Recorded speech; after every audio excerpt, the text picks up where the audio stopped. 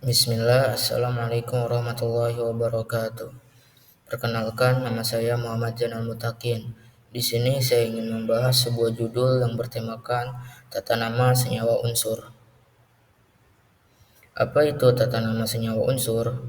Tata nama senyawa unsur adalah sistem penamaan senyawa kimia yang berdasarkan aturan tertentu yang telah ditetapkan agar setiap senyawa memiliki nama yang unik dan dapat dikenali secara internasional. Sistem ini dirancang oleh IUPAC atau International Union of Pure and Applied Chemistry. Tujuannya untuk memastikan konsistensi dan kejelasan dalam penamaan senyawa kimia di seluruh dunia.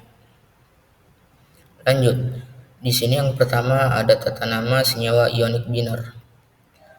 Senyawa ionik merupakan senyawa yang berikatan secara ionik, tersusun dari kation logam dan anion non-logam.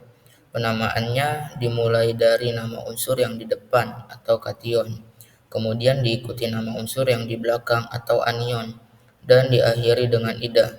Contohnya, NaBr tersusun dari ion Na+ dan anion Br-, maka namanya menjadi natrium bromida. Lanjut, di sini ada tata nama senyawa ionik poliatom. Untuk penamaan senyawa ionik poliatom, nama kation diikuti dengan nama anion. Contohnya, K3PO4 tersusun atas kation K+ dan anion PO4 3-, dan namanya menjadi kalium fosfat. Nah, berikut tabel dari nama kation. Di sini ada rumus dan nama ionnya yang berjumlah 30. Dan di sini juga ada tabel dari nama anion. Sama, ada rumus dan nama ionnya juga yang berjumlah 24 kurang lebih. Lanjut ke tata nama senyawa yang kedua. Di sini ada senyawa kovalen. Senyawa kovalen berikatan secara kovalen, tersusun atas unsur non-logam dan non-logam. Urutan penulisan berdasarkan prioritas. Unsur elektropositif berada di depan, kemudian diikuti unsur yang lebih elektronegatif. Urutannya mulai dari boron, silikon, sampai dengan fluorin. Untuk penamaan jumlah atom, yang pertama diikuti oleh nama, kemudian jumlah atom kedua diikuti nama dan diakhiri dengan ida. Untuk jumlah atom, penyebutannya menggunakan akar Romawi, seperti mono artinya 1, di artinya 2, tri 3, tetra 4, penta 5, dan seterusnya. Contohnya, dari tata nama senyawa kovalen, yang pertama ada CO, karbon monoksida. Kenapa penamaannya bisa menjadi monoksida? Karena O-nya berjumlah 1, makanya disebut monoksida. Yang kedua, ada CO2, karbon dioksida. Kenapa namanya bisa menjadi dioksida? Karena O-nya ada 2 dan hasilnya menjadi dioksida. Lanjut, yang terakhir ada N2O5, dinitrogen pentaoksida. Di sini nitrogennya ada 2, oksidanya ada 5, maka jadinya dinitrogen pentaoksida. Perlu digarisbawahi, penulisan mono hanya untuk unsur yang kedua. Unsur yang pertama tidak perlu dituliskan dengan mono. Jadi bukan mono karbon monoksida, namun hanya karbon monoksida. Nah, lanjut. Di sini ada tata nama yang ketiga, yaitu senyawa asam. Senyawa asam tersusun atas ion hidrogen dan anion. Penamaan dimulai dari asam diikuti dengan anion.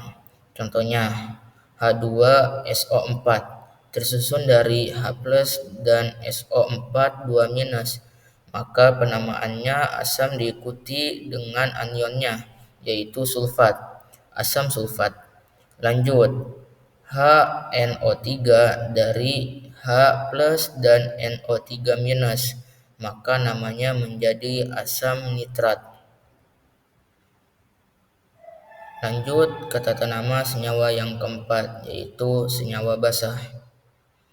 Senyawa basah tersusun atas kation dan ion hidroksida OH-. Penamaan dimulai dari nama kation diikuti dengan hidroksida. Contohnya NaOH dari Na plus dan OH minus, maka namanya menjadi natrium hidroksida. Contoh lainnya MgOH 2 kali dari Mg2 plus dan OH minus, sehingga namanya menjadi magnesium hidroksida. Nah, yang terakhir ada tata nama senyawa hidrat. Senyawa hidrat merupakan senyawa yang berwujud kristal yang di dalamnya mengikat sejumlah molekul air. Hidrat sendiri artinya yang adalah mengandung molekul air.